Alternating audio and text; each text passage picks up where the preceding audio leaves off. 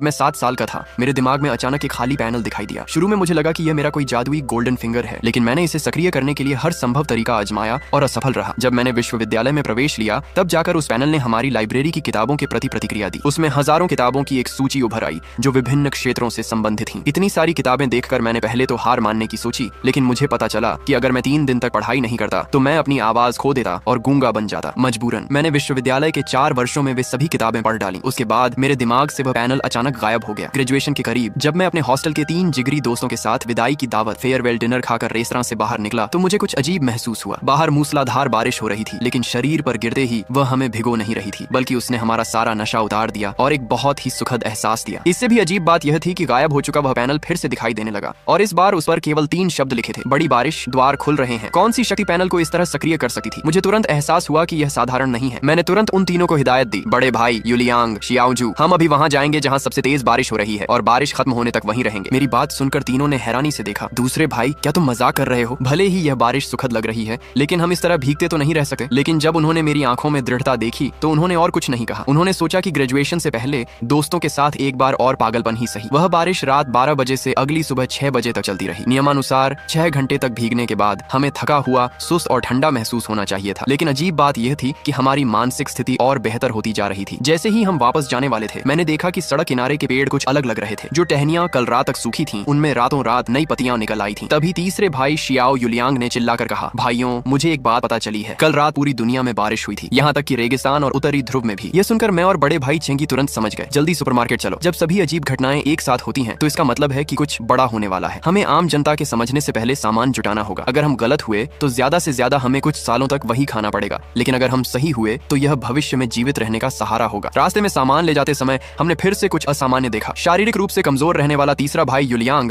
अब 40 किलो पानी की बाल्टी लेकर उड़ता हुआ जा रहा था और हम बाकी 3 भी 200 पाउंड लगभग 90 किलो भोजन आसानी से ढो रहे थे। यह स्पष्ट रूप से उस बारिश का प्रभाव था। सामान हॉस्टल लाने के बाद भी हमें लगा कि अगर सच में कयामत अपोकलिप्स आ रही है तो यह काफी नहीं है। अगले 4 घंटों में हमने अपने पास मौजूद सारा पैसा खर्च कर दिया। भरे हुए हॉस्टल को देखकर तीनों फिर से असमंजस में पड़ गए। दूसरे भाई, क्या तुम पक्के तौर पर कह सकते हो हमने अपना सब कुछ दांव पर लगा दिया है? मेरी नजर खिड़की के बाहर थी। देखो, कल जो घास काटी गई थी वह आज हमारी जांघों तक ऊंची हो गई है। यहाँ तक कि कीड़ों का आकार भी 2 से 3 गुना बढ़ गया है। क्या तुमने कभी ऐसा सुना है? तीनों ने एक दूसरे को देखा और सिर हिला दिया। फिर मैंने उन्हें घर पर फोन करके राशन जमा करने को कहा। आधे दिन के भीतर ही दुनिया भर के लोगों को असामान्यताओं का पता चल गया। सुपरमार्केट और स्टोर खाली कर दिए गए। कई लोगों ने बारिश में भीगने के बाद अपने शरीर में बदलाव महसूस किए थे। दुर्भाग्य से ड्रैगन देश चीन में बारिश आधी रात को हुई थी, इसलिए वहाँ कम लोग भीग पाए थे। हालांकि किसी ने नहीं सोचा था कि इस बारिश के 18 घंटे बाद फिर से मूसलाधार बारिश होगी। लेकिन इस बार बारिश का एहसास बहुत बुरा था। शरीर पर गिरते ही इसमें तेज चुभन महसूस हो रही थी और पानी से एक अजीब सी सड्डहन स्टिंकिंग वाली गंध आ रही थी। सबसे महत्वपूर्ण बात यह थी कि मेरे दिमाग के पैनल ने कोई प्रतिक्रिया नहीं दी। मैंने तुरंत अपने तीनों दोस्तों को हॉस्टल के अंदर खींचा और उन्हें अपने परिवार को इस बारिश में न भीगने की चेतावनी देने को कहा। बड़ा भाई चेंगी अन्य छात्रों को भी अंदर बुलाने के लिए बाहर जाना चाहता था, लेकिन मैंने उसका हाथ पकड़ लिया। कोई फायदा नहीं है, वे हमारी बात नहीं मानेंगे। वैसे भी दोपहर से जब उन्हें राशन जमा करने की जरूरत महसूस हुई, उन्होंने हमें अलग थलग कर दिया है और यह सिर्फ मेरा अंदाजा है। अगर मैं गलत निकला तो वे हमसे नफरत करेंगे। जल्द ही हमारे फोन पर आधिकारिक संदेश आया कि लोग तुरंत बारिश से दूर हट जाएं। स्कूल के रेडियो पर भी यही घोषणा हुई। फिर भी कई लोगों ने इसे अनदेखा किया और सोचा कि यह सरकार का झूठ है जो उन्हें शक्तिशाली बनने से रोकना चाहती है। सुबह 5 बजे जब मेरी नींद खुली तो बिजली गुल थी और बाहर अंधेरा था। जब उजाला हुआ तो हमने बाहर का नजारा देखा। कल तक जो खूबसूरत कैंपस था वह रातों रात एक खंडहर में बदल चुका था। पेड़ पौधे लगभग मर चुके थे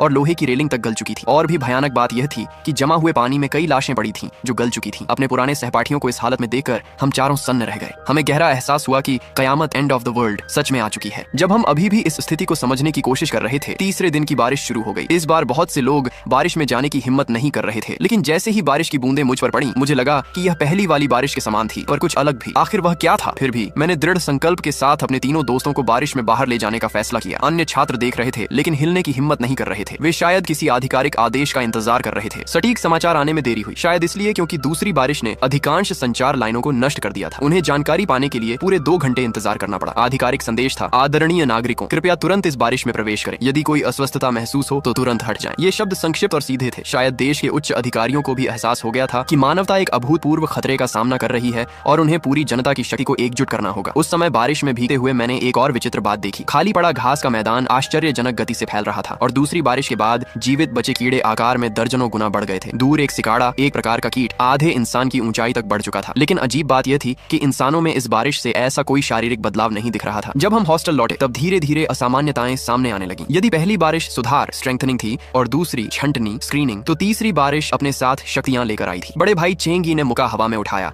और उनके शरीर से एक गहरी शक्ति निकली जो देखते ही देखते उनके सामने आधे इंसान जितनी ऊंची मिट्टी की दीवार बन गई जो एक मजबूत ढाल जैसी दिख रही थी। चौथे भाई जू झो ने अपनी हथेली खोली और उनके हाथ से पानी की एक अजीब धारा निकलने लगी जो उनके नियंत्रण में एक फुर्तीले अजगर की तरह हवा में इधर उधर घूमने लगी। तीसरे भाई शियाओ युलियांग की शक्ति थोड़ी विशेष थी। उसके अनुसार यह अनुबंध कॉन्ट्रैक्ट करने की शक्ति थी, लेकिन अभी कोई उपयुक्त साथी न होने के कारण वह इसका प्रदर्शन नहीं कर सका। जहां तक मेरी बात है, मुझे 2.5 गुना लाभ मिला था। पहला, उन 2 बारिशों से मिली मानसिक शक्ति। दूसरा, पूरी तरह चार्ज हुआ पैनल जिसने मेरे लिए 500 घन मीटर का वर्चुअल स्पेस खोल दिया था। बाकी आधा हिस्सा एक सूचना पैनल जैसा था। अब मैं बस उन तीनों की ओर देखता और उनके गुणों एट्रीब्यूट्स की जानकारी मेरे सामने उभर आती। और भी कमाल की बात यह थी कि जब मैंने आईने में देखा तो मुझे अपनी जानकारी भी दिखाई दी। मैंने गंभीर चेहरे के साथ खिड़की के पास जाकर कहा, पहले हम अपना सामान समेटकर मेरे वर्चुअल स्पेस में रख लेते हैं। हम यहाँ स्कूल में ज्यादा समय तक नहीं टिक पाएंगे। ये सुनकर जू झो हैरान हुआ। दूसरे भाई, तुम ऐसा क्यों कह रहे हो? मैंने जवाब दिया, बाहर का इलाका पहले से ही उत्परिवर्तित म्यूटेटेड कीड़ों के कब्जे में जा रहा है। सरकार जल्द ही कोई बड़ा फैसला लेगी। तभी स्कूल के रेडियो से घोषणा हुई, सभी शिक्षक और छात्र ध्यान दें, जियांगचेंग शरण स्थल शेल्टर का निर्माण प्राथमिक रूप से पूरा हो चुका है। कृपया अपना सामान साथ लें और कल सुबह सेना के संरक्षण में व्यवस्थित रूप से शरण स्थल की ओर प्रस्थान करें। चेंगी की आंखें फटी रह गईं। छोटे भाई, तुम तो अंतर्यामी निकले। जियांगचेंग यूनिवर्सिटी का सबसे तेज दिमाग वाकई तुम ही हो। हालांकि मैंने अपना सिर झुका लिया। ये वास्तव में अच्छी खबर नहीं थी। मानवता को अपनी ही आबादी के एक हिस्से को छोड़ने पर मजबूर कर देना इस बात का संकेत था कि खतरा उससे कहीं ज्यादा बड़ा है जितना हमें दिख रहा है। शरण स्थल जाने में अभी 1 दिन बाकी था। मैं खिड़की से बाहर उड़ते विशाल कीड़ों को देख रहा था। खाली बैठने से बेहतर था कि अपनी नई शक्तियों को आजमाया जाए। जब मैंने यह विचार बाकी तीनों को बताया तो वे भी उत्साहित हो गए। मैंने सुझाव दिया, तो पहले चलकर उस मेंढक को देखते हैं। चेंगी ने भौहें सिकोड़ी। तुमने ही तो कहा था कि वह मेंढक जहरीला हो सकता है, उसके पास मत जाना। मैंने कहा, वह सिर्फ एक अंदाजा था और अगर वह वाकई जहरीला है तो यह और भी अच्छा है। मेरी नजर तीसरे भाई पर टिकी। युलियांग थोड़ा घबरा गया। मुझे ऐसे क्यों देख रहे हो? मैंने नहीं कहा कि मैं उससे उलझने जा रहा हूँ। रुको दूसरे भाई, तुम्हारा मतलब ये तो नहीं कि मैं उस बदसूरत मेंढक के साथ अनुबंध करूं? नहीं, बिल्कुल नहीं। उसकी शक्ल देखकर मेरी भूख मर जाती है। मैंने समझाया, लेकिन अगर वह वाकई जहरीला है तो वह बहुत शक्तिशाली हो सकता है। फिर भी नहीं, ये सोचकर ही मुझे उल्टी आ रही है कि वैसी कोई चीज मेरे शरीर अनुबंध के माध्यम से जुड़ेगी। ठीक है, अगर तुम्हें पसंद नहीं तो हम कुछ और ढूंढ लेंगे। इसके बाद हम हॉस्टल से बाहर निकले। चारों ओर घना कोहरा था और दृश्यता विजिबिलिटी 50 मीटर से भी कम थी। हर तरफ जंगली घास उगी हुई थी जिसमें से कीड़े निकलकर हम पर हमला कर रहे थे, लेकिन वे बस आकार में बड़े थे। उनमें कुछ खास नहीं था। 2 मिनट भी नहीं हुए थे कि हमारा सामना पहले दुश्मन से हुआ। एक 3 मीटर ऊंचा विशाल मेंटिस, प्रेइंग मैंटिस, हमसे कुछ ही दूरी पर खड़ा था। उसकी 2 लाल माणिक जैसी आंखों से खौफनाक चमक निकल रही थी और उसके सामने के 2 नुकीले हंसिए सिकल्स ठंडी रोशनी में चमक रहे थे। जब मैंने उसके सूचना पैनल को देखा तो मैं दंग रह गया। उसके तीनों बुनियादी गुण हम चारों से कहीं ज्यादा थे। तीसरी बारिश के मात्र 6 घंटे बाद ही इतना शक्तिशाली उत्परिवर्तित जीव आ चुका था। कल्पना करना भी मुश्किल था कि आगे कैसे दानव आएंगे। मैंने तुरंत जानकारी बाकी तीनों को दी। तभी एक नुकीला हंसिया हमारी ओर तेजी से बढ़ा। हम तुरंत बिखर गए। जू झो की आंखों में चमक आई और उसकी हथेली से पानी की एक शक्तिशाली धारा निकली जो एक चालाक सांप की तरह मेंटिस के प्रहार से बचती हुई उसके पेट के नीचे तक पहुंच गई और फिर एक भारी हथौड़े की तरह उसके दिल पर वार किया। विशाल मेंटिस दर्द से चीख उठा और अपने बड़े पैरों को पागलों की तरह चलाने लगा। तभी चेंगी ने अपनी मुठियां कसी और एक पैंतरे स्टैंस में आ गए। उनके शरीर से मिट्टी के रंग की रोशनी निकली और तुरंत जमीन से एक मजबूत मिट्टी की दीवार खड़ी हो गई जिसने मेंटिस के हमले को रोक दिया। मेरा मानसिक हमला, मेंटल अटैक, ऐसे जीवों पर काम नहीं कर रहा था जिनकी अपनी कोई चेतना, कॉन्शियसनेस विकसित नहीं हुई थी, इसलिए मैं बस निर्देश दे रहा था। अंत में जू झो के पानी के एक तीखे प्रहार ने मेंटिस के पेट को आर पार कर दिया। वह विशाल जीव जमीन पर गिर पड़ा। जू झो गर्व से उसे लात मारने आगे बढ़ा, लेकिन मैंने उसे रोक दिया। पास मत जाओ बड़े भाई, अपनी मिट्टी की दीवार से एक बार फिर इसके पेट पर हमला करो। जू झो तुरंत पीछे हटा। तेरी तो ये तो मरने का नाटक कर रहा था। जैसे ही चेंगी के मिट्टी के ब्लॉक ने उस पर वार किया, मेंटिस के शरीर से बदबूदार तरल निकला और वह पूरी तरह शांत हो गया। पास ही खड़ा शियाओ युलियांग कुछ सोच में डूबा हुआ लग रहा था। उसे महसूस हो रहा था कि वह यहाँ सिर्फ भीड़ का हिस्सा है। बड़ा भाई रक्षा कर सकता था और हमला भी। दूसरा भाई, मैं, योजना बना रहा था और चौथा भाई घातक हमलावर था। उसे लग रहा था कि वह किसी काम का नहीं है। वह नहीं चाहता था कि अगली बार भी ऐसा ही हो। वह भारी कदमों से हमारे पास आया और बोला, दूसरे भाई, मैं उस मेंढक के साथ अनुबंध करना चाहता हूँ। हम तीनों हैरान रह गए, लेकिन मैंने तुरंत उसकी मनस्थिति समझ ली। युलियांग, तुम्हें खुद पर दबाव डालने की जरूरत नहीं है। हो सकता है आगे हमें कुछ और बेहतर मिल जाए। उसने कहा, मुझे पता है, लेकिन अपने भाइयों को मौत के मुंह में जाते देखना और खुद असहाय होकर खड़े रहना, वह लाचारी। ठीक है,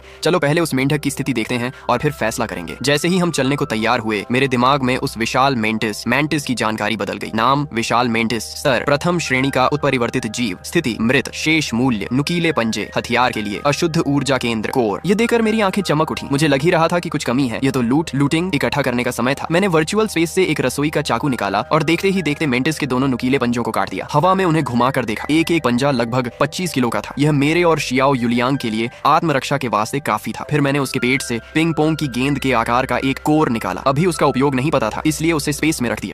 के बाद हम उस विशाल मेंढक की ओर बढ़े। हवा में कोहरा और घना होता जा रहा था। रास्ते में लगातार छोटे मोटे बियॉन्ड यीशो म्यूटेटेड बीस्ट हमला कर रहे थे। मात्र 600 मीटर की दूरी तय करने में हमें लगभग 1 घंटा लग गया। अंत में हमें कोहरे में छिपा वह विशाल साया मिल ही गया। उसकी ऊंचाई उस मेंटिस जितनी ही थी, लेकिन उसका शरीर एक बड़े ट्रक जितना भारी भरकम था। उसकी दोनों आंखें इधर उधर घूम रही थीं और वह बीच बीच में अपनी लंबी जीभ निकालकर फुटबॉल जितने बड़े मच्छरों को निगल रहा था। जूझऊ काफी देर तक सुनने खड़ा रहा। दूसरे भाई, क्या हम वाकई इससे लड़ने वाले हैं? मुझे लग रहा है कि यह मुझे एक बार में निगल जाएगा। मैंने उस विशाल जीव को जटिल नजरों से देखा। मात्र कुछ घंटों में यह दर्जनों गुना बढ़ चुका था। तभी मेरे दिमाग में 2 अन्य मनुष्यों की चेतना महसूस हुई। मैंने फुसफुसाते हुए कहा, कोई और आ रहा है। कोहरे से वर्दी पहने 2 पुलिस अधिकारी बाहर निकले। छात्रों, यहाँ बहुत खतरा है, तुरंत अपने हॉस्टल वापस जाओ। जूझो को लगा जैसे उसे रक्षक मिल गए हों। पुलिस अंकल, आप सही समय पर आए हैं। हम बस इस राक्षस को मारने की योजना बना रहे थे। ये सुनकर बुजुर्ग अधिकारी गुस्से में चिल्लाया, बकवास! ये राक्षस अब तक 5 लोगों की जान ले चुका है, जो तुम्हारी तरह ही कॉलेज के छात्र थे। हम भी इसे सिर्फ यहाँ तक सीमित रख पाए हैं और तुम इसे मारने की सोच रहे हो। वापस जाओ। पुलिस अंकल, क्या आपके पास भी इसे खत्म करने का कोई तरीका नहीं है? तरीका क्यों नहीं है, बस हमारे पास गोला बारूद एम्यूनिशन सीमित है। कल शरण स्थल जाते समय पता नहीं कितनी जरूरत पड़े, इसलिए इसे यहाँ बर्बाद करना ठीक नहीं है। तो क्या आपने किसी शौर्य अवेकेंड एबिलिटी यूजर को नहीं बुलाया? पास खड़ी महिला अधिकारी ने उपहास करते हुए कहा, इनंगजे एबिलिटी यूजर्स पहली बारिश वाले सिर्फ शारीरिक रूप से थोड़े मजबूत हुए हैं। वे इस स्तर के जीव के सामने चारे से ज्यादा कुछ नहीं है, और जिन्होंने किस्मत से 2 बारिशों में भीगकर अपनी शक्तियां जगाई हैं, पूरे जियांगचेंग में उनकी संख्या बहुत कम है। मतलब सिर्फ 2 बारिशों में भीगने वाले ही शक्तियां जगा सकते हैं। क्या भीगने के समय की कोई शर्त है, या किसी ने बारिश का पानी जमा करके उसमें नहाने की कोशिश की? अधिकारी ने जवाब दिया, तीसरी बारिश के समय बहुत से लोगों ने पानी जमा किया था, लेकिन बारिश खत्म होते ही वह साधारण पानी बन गया। उसमें नहाने या उसे पीने से शरीर में कोई बदलाव नहीं हुआ। जहाँ तक समय की बात है, शोध से पता चला है कि जो जितना ज्यादा देर तक भीगा, उसकी शक्ति उतनी ही अधिक बढ़ी। खैर, अब तुम्हारी जिज्ञासा शांत हो गई हो तो घर जाओ, ये जगह तुम्हारे लिए नहीं है। मेरे तीनों दोस्तों ने अंतिम फैसले के लिए मेरी ओर देखा। मैंने उस विशाल मेंढक की जानकारी जांची। वह अपग्रेड एवोल्यूशन होने की कगार पर था। अगर इसे बढ़ने दिया गया तो पूरी जियांगचेंग यूनिवर्सिटी इसका शिकार बन जाएगी। इसे अभी रोकना जरूरी था। जूझो आगे बढ़ने ही वाला था कि मैंने उसे पकड़ लिया। रुको, मुझे एक प्रयोग करना है। मैंने वर्चुअल स्पेस से एक सर्च लाइट, तेज रोशनी वाली टॉर्च निकाली और मेंढक की ओर दौड़ पड़ा। मेरे तीनों दोस्त भी पीछे पीछे भागे। पुलिस वाले दंग रह गए। ये रफ्तार, क्या ये सब शक्ति धारक हैं? मैंने सर्च लाइट से मेंढक की आंखों पर रोशनी डाली। मेरी समझ के अनुसार मेंढक रात में सक्रिय रहते हैं और तेज रोशनी के प्रति संवेदनशील होते हैं। जब मैंने सही कोण से उसकी आंखों पर रोशनी डाली तो वह विशाल मेंढक वाकई 2 सेकंड के लिए ठिठक गया। हालांकि लगातार रोशनी डालने पर असर कम हो गया। तभी जूझो ने पानी की एक तेज बौछार उसके पेट पर मारी, लेकिन मेंढक ने उसे देखा तक नहीं। जूझो को लगा जैसे एक मेंढक उसका अपमान कर रहा हो। वह फिर हमला करने वाला था कि मैंने उसे रोक दिया। इस मेंढक ने जल तत्व वाटर एट्रीब्यूट जगा लिया है, इस पर पानी का असर नहीं होगा। अब मुझे कोशिश करने दो। मैंने अपनी आंखें बंद की और मानसिक शक्ति मेंटल पावर को केंद्रित किया। वह एक सुई की तरह मेंढक के चेतना क्षेत्र कॉन्शियसनेस पर जा लगी। विशाल मेंढक दर्द से चीख उठा। उसके शरीर से झर के फव्वारे फूटने लगे, जिससे आसपास की घास पल भर में जल गई। मैंने फिर से सर्चलाइट से उसे चकाचौंध किया और बाकी तीनों ने मौके का फायदा उठाकर हमला कर दिया। हम चारों उस विशाल मेंढक के साथ गुरिल्ला युद्ध, हिट एंड रन करने लगे। इसी बीच एक जवान पुलिसकर्मी अपने कप्तान के पास दौड़ता हुआ आया। कप्तान, वह विशाल मेंटिस मारा जा चुका है, उसके दोनों पंजे भी गायब हैं। महिला अधिकारी चौंक गई। पंजों की बात कर रहे हो? जवान ने उसी दिशा में इशारा किया जहां हम लड़ रहे थे। हाँ, क्या इन छात्रों ने ही उसे मारा है? आधे घंटे की लड़ाई के बाद विशाल मेंढक लहूलुहान हो चुका था। उसे अपनी गलती का एहसास हुआ और उसने भागने की कोशिश की। चेंगी ने मिट्टी की दीवार से उसका रास्ता रोका, लेकिन एक मेंढक के लिए वह रुकावट नहीं थी। उसने अपनी टांगों के जोर से ऊंची छलांग लगाई, लेकिन जब वह हवा में सबसे ऊंची जगह पर था, मैंने फिर से मानसिक हमला किया। उसका विशाल शरीर धड़ाम से जमीन पर गिरा। हम चारों ने तुरंत उस पर अंतिम प्रहार किए। मेंढक की सांसें उखड़ने लगी। उसकी बड़ी पानीदार आंखें जैसे रहम की भीख मांग रही थी। मेरे चेहरे पर कोई सहानुभूति नहीं थी। तीसरे भाई, क्या तुम इसके साथ अनुबंध करना चाहते हो? शियाओ युलियांग ने उस विशाल जीव को देखा और फिर कहा, दूसरे भाई, इसे मार डालो। इसके शरीर पर हमारे बहुत से साथियों का खून लगा है, ये जीने के लायक नहीं है। मैंने मेंटिस के एक ही वार से उसे खत्म कर दिया। नाम विशाल मेंढक, स्तर प्रथम श्रेणी काबियन यीशो म्यूटेटेड बीस्ट, स्थिति मृत, शेष मूल्य जहर की थैली, जल और विष दोहरे तत्व वाला कोर उत्परिवर्तित मेंढक का मांस। जहर की थैली और कोर निकालने के बाद मैंने पूरे मेंढक के मांस को अपने वर्चुअल स्पेस में रख लिया। यह दृश्य देखकर उन तीनों पुलिसकर्मियों की आंखें फटी रह गईं। क्या यह स्पेस एट्रीब्यूट वाला शक्ति धारक है? अधिकारी जानता था कि पूरी सेना में एक भी स्पेस यूजर नहीं है और इस कयामत के द्वार में सामान ले जाने की यह क्षमता किसी वरदान से कम नहीं थी। वह ऐसे हुनरमंद इंसान को हाथ से नहीं जाने देना चाहता था। वह हमारे पास आया और बोला, छात्रों, क्या तुम हमारे साथ जुड़ना चाहोगे? हम चारों एक पल के लिए ठिठक गए। मौजूदा स्थिति में सेना के साथ जुड़ना सबसे बड़ी सुरक्षा की गारंटी थी, लेकिन काफी सोचने के बाद हमने मना कर दिया। सेना अच्छी थी, लेकिन हम जैसे नए कॉलेज छात्रों के लिए शायद वह बंधन सही नहीं था। हालांकि अधिकारी ने हार नहीं मानी। उन्होंने प्रस्ताव रखा कि क्या हम कल जियांगचेंग विश्वविद्यालय के छात्रों और शिक्षकों को शरण स्थल तक पहुंचाने में मदद करेंगे। इसके बदले में वे हमें 4 असॉल्ट राइफलें और 12 हथगोले ग्रेनेड्स देंगे। यह सुनकर हमारी आंखें चमक उठी। एक तो हम वैसे भी शरण स्थल जा रहे थे और रास्ते में कोई मुसीबत आती तो हम चुप नहीं बैठते। दूसरा, कौन सा लड़का बंदूक चलाने के लालच को मना कर सकता है? हमने तुरंत हाँ कर दी। पुलिस कर्मियों के जाने के बाद मैंने एक अजीब बात गौर की। 2 बड़ी लड़ाइयों के बाद भी शरीर में थकान का नामो निशान नहीं था। जब मैंने बाकी तीनों से पूछा तो उन्हें भी एहसास हुआ कि वे बिल्कुल थके नहीं हैं। जब मैंने अपने दिमाग के पैनल को देखा तो वहाँ एक बैटरी का निशान दिखा। दिख रहा था जो अभी आधी भरी थी। क्या यह पैनल हमारे शरीर को चार्ज कर रहा है? अगर बैटरी खत्म हो गई तो क्या होगा? क्या पैनल गायब हो जाएगा? तभी मुझे महसूस हुआ कि पैनल उस मेंटिस के गोल्डन कोर के लिए तड़प रहा है। बाकी तीनों की सहमति के बाद मैंने वह कोर पैनल को खिला दिया। इसके बाद पैनल फिर से चार्जिंग मोड में चला गया। हमने कैंपस में और कोर खोजने की कोशिश की, लेकिन काफी घूमने के बाद हमें सिर्फ एक उत्परिवर्तित चूहे से एक और कोर मिला। दूसरे भाई, क्या हमारे कैंपस में बस इतने ही राक्षस बचे हैं? शायद नहीं, लेकिन वह मेंढक यहाँ का सबसे शक्तिशाली जीव था। उसे हराने के बाद थोड़े समझदार जीव डरकर भाग गए होंगे। जब हम वापस हॉस्टल जा रहे थे, हमें अचानक आड़ू के फूलों, पीच ब्लॉसम की खुशबू आई। अभी जून का महीना है, ये खुशबू कहाँ से आई? मैंने तुरंत इनसाइट शक्ति चालू की। वह जीव हम पर हमला नहीं करना चाहता था, बल्कि लुका छिपी खेल रहा था। जब भी मैं उसे देखने की कोशिश करता, वह ओझल हो जाता। मैंने उन तीनों के कान में रणनीति समझाई। हम चारों दिशाओं में खड़े हो गए। जैसे ही वह छोटा जीव फिर से प्रकट हुआ, मैंने उस पर मानसिक हमला किया। चेंगी और जू झो ने भी अपनी शक्तियों से उसे घेरा। जब वह नन्हा जीव भागने के लिए इकलौती खाली जगह की ओर झपटा, तो शियाओ युलियांग ने छलांग लगाकर उसे दबोच लिया। वह छोटा जीव सीधे युलियांग की गोद में जा गिरा। अब हम उसे साफ देख सकते थे। वह हाथ की हथेली जितना छोटा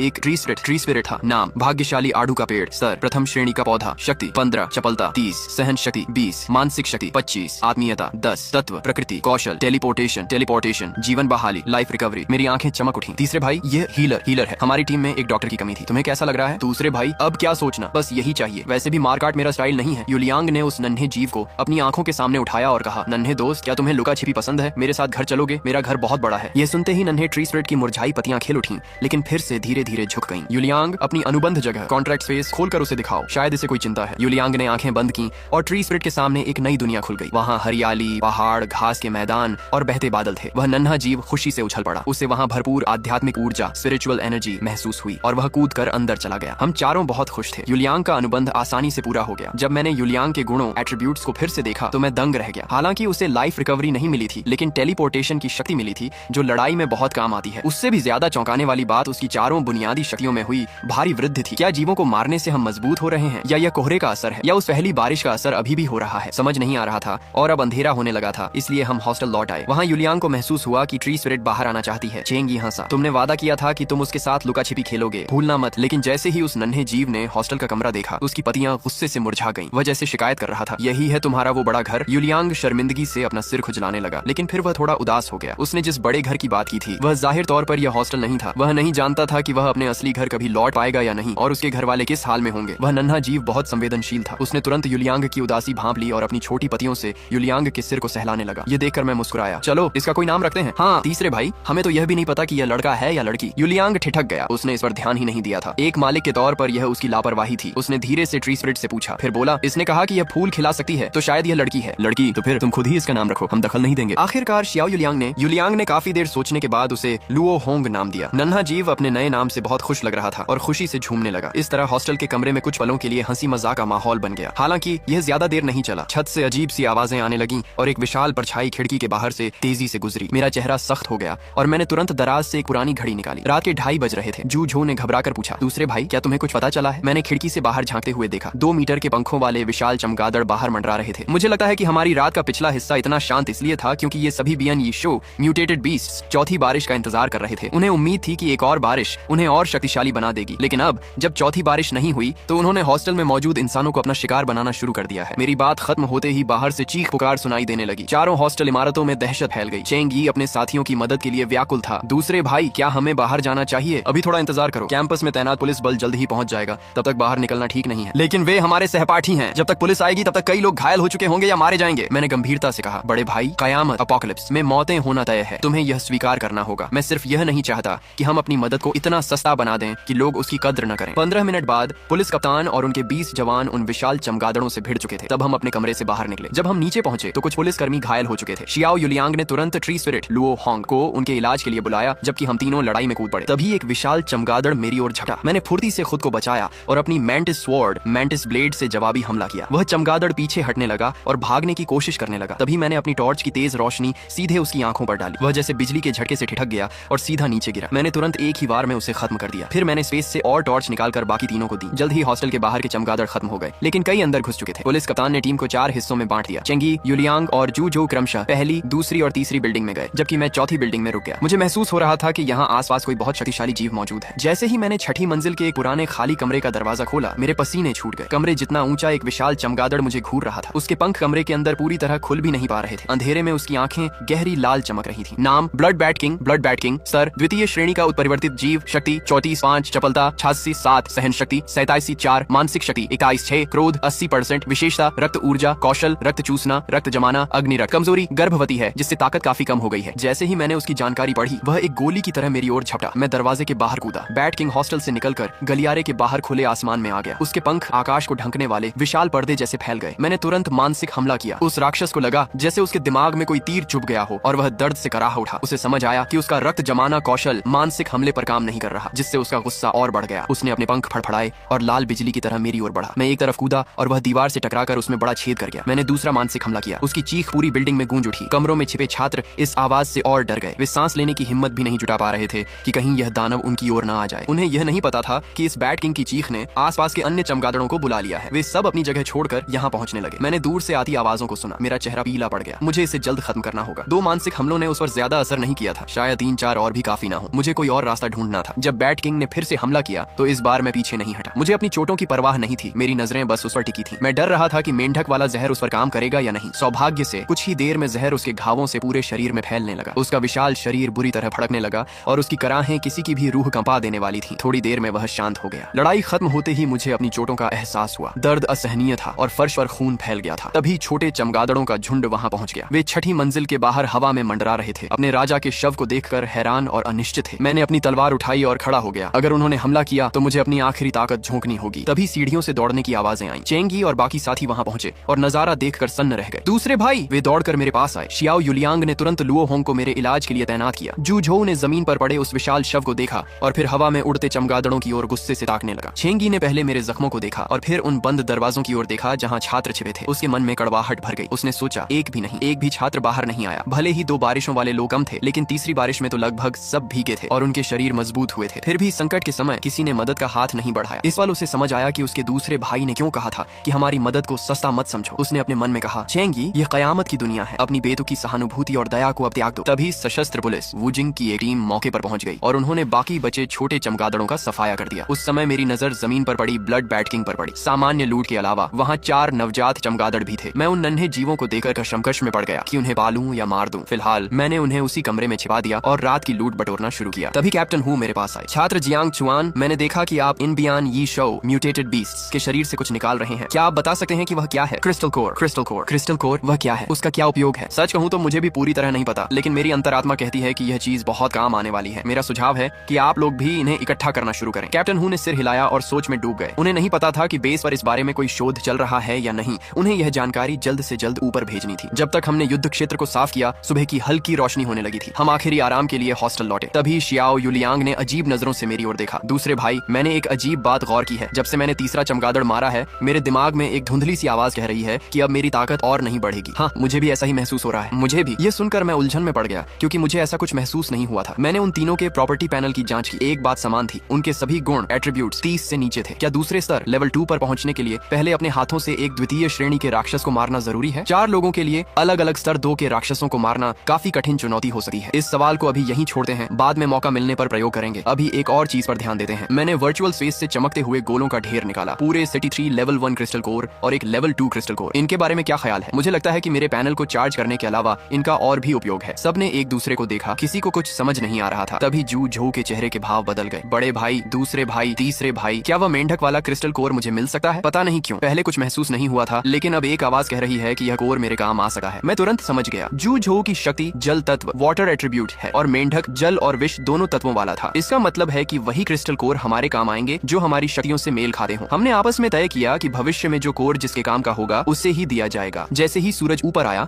अन्य हॉस्टल के छात्र सेना के साथ शरण स्थल शेल्टर जाने के लिए निकलने लगे, लेकिन हम चारों अभी नहीं हिले क्योंकि हमें एक और जरूरी काम करना था, सफाई लूटिंग। कई छात्रों ने राशन जमा किया था जिसे वे साथ नहीं ले जा सकते थे। यहाँ मेरी स्पेस शक्ति काम आई। आधे घंटे की तलाशी में हमें 5 बोरी मैदा, 7 बोरी चावल, 2 बड़े ड्रम अल्कोहल और ढेर सारा फुटकर सामान मिला। अंत में हम उसी कमरे में लौटे जहाँ बैट किंग मिला था। तीसरे भाई, क्या तुम इन्हें पालकर अपना दूसरा अनुबंध जीव बनाना चाहते हो? नहीं, ये उस लायक नहीं है और इन्हें देखकर मुझे तुम्हारा घाव याद आएगा। युलियांग ने मेरी घायल दाहिनी भुजा की ओर देखा। मैं उसकी बात समझ गया। तो इन्हें मार देते हैं। वैसे भी ये अभी बहुत कमजोर हैं और इन्हें पालने में संसाधन बर्बाद होंगे। मैंने तुरंत उन्हें खत्म कर दिया। हम ठीक समय पर इकट्ठा होने वाली जगह पर पहुंचे, लेकिन हजारों लोगों की भीड़ टस से मस नहीं हो रही थी। कैप्टन हु चिंता में डूबे सामने देख रहे थे। पुलिस अंकल, हम अपने हथियार लेने आए हैं। उन्होंने हमें देखकर 2 बार सिर हिलाया और अपने मातहत को हथियार लाने का इशारा किया। मुझे आश्चर्य हुआ जब उन्होंने हमें लेटेस्ट टाइप 20 राइफलें और 20 एंटी टैंक मिसाइलें दी। हथियार पाकर हमें खाली कोने कोने में उनका अभ्यास करने लगे। दूसरे भाई, क्या हम इस तरह अलग आकर जाने का समय तो नहीं चूक जाएंगे? चिंता मत करो, अभी हम कहीं नहीं जा रहे। कैप्टन हु ने बात करते समय 3 बार अपनी घड़ी देखी है। वह किसी का इंतजार कर रहे हैं। किसका इंतजार? शायद सेना या बेस के किसी खास आदमी का। 15 मिनट बाद मुझे एक अजनबी मानसिक शक्ति का एहसास हुआ। जब हम फिर से कैप्टन हु से मिले तो उनके साथ एक फटे हाल कपड़ों में आदमी खड़ा था। तभी कैप्टन ने सबको इकट्ठा किया, लेकिन खबर प्रस्थान की नहीं थी। सभी छात्र ध्यान दें, मुझे एक जरूरी सूचना देनी है। कल रात हमारे बेस पर हजारों बियान यी शाओ म्यूटेटेड बीस्ट्स ने हमला किया। सड़क साफ करने के लिए भेजी गई टीम बिखर गई है। अब जो छात्र हमारे साथ चलना चाहते हैं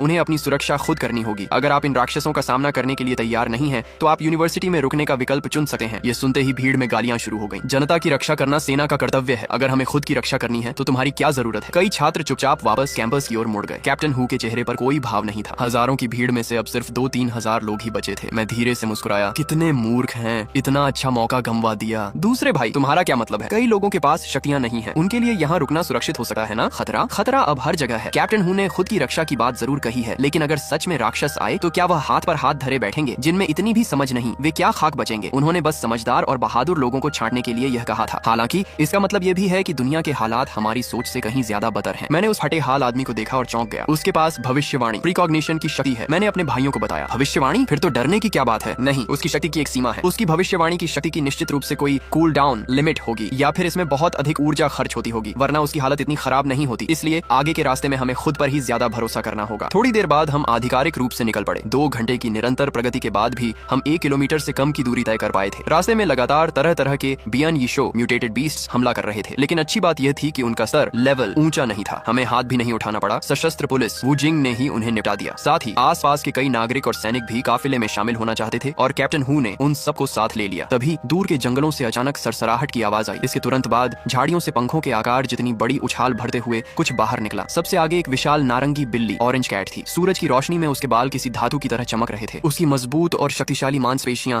हर कदम के साथ फड़क रही थी। नाम fortune fire cat, lucky fire cat. स्तर द्वितीय श्रेणी का इनंग शो। Ability beast. शक्ति 34, चपलता 28, सहन शक्ति 34, मानसिक शक्ति 32, क्रोध 35%, तत्व अग्नि फायर, कौशल अग्नि का गोला, फायरबॉल, अग्नि ढाल, अग्नि शाखा। कमजोरी कोई नहीं। यह देखकर मेरा चेहरा सख्त हो गया। ये पहली बार था जब हमारा सामना बिना किसी कमजोरी वाले किसी शक्तिशाली जीव से हुआ था।